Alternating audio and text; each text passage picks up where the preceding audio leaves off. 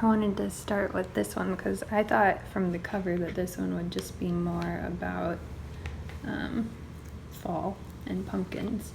But this is a book from a series called Storytelling Math, and it's math concepts, like this one is about spatial awareness, that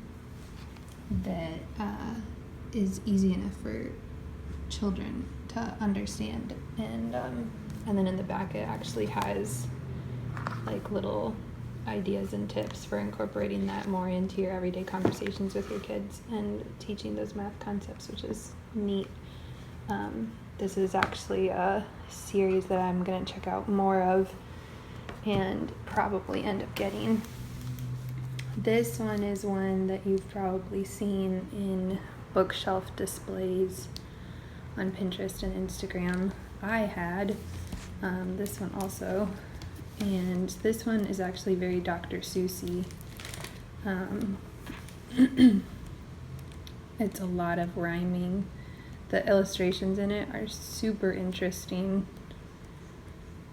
And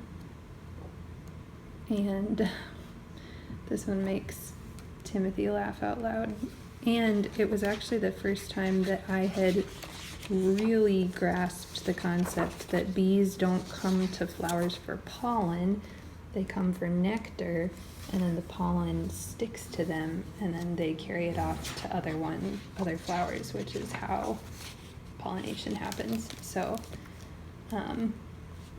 never think that an adult can't learn something from a picture book, or little kids can't learn from bigger books that are harder to understand. This one is a lot of beautiful watercolors, like really intricate watercolors. And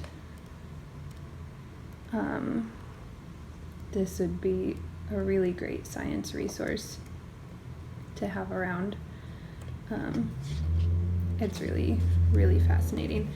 And for each story about a certain animal and its migration, like why they migrate and where they migrate from and to and all that, in the back of the book it has this big map where it shows the different routes of the migrations, and that's really cool to refer back to too. So we liked this one a lot, and we haven't gotten through all the stories this time around, but we'll probably check it out again another time. These ones were kind of an attempt at fall-like books. This one ended up being more a story of seasons and of a whole family's kind of life cycle. It's written like a poem, and that one is touching. This one is a favorite one, and I'm seeing this more and more with children's books that we're checking out, is this cut paper illustration style, which, as somebody who's done a lot of art, actually, I sit and look at these and I'm like, wow, they took a very long time to make these pictures. This one tells the story of two sisters and their apple tree, and it also has a lot about the life cycle of robins that like nest in the tree, as well as the course of time that it takes for the apples to grow and then make into an apple pie.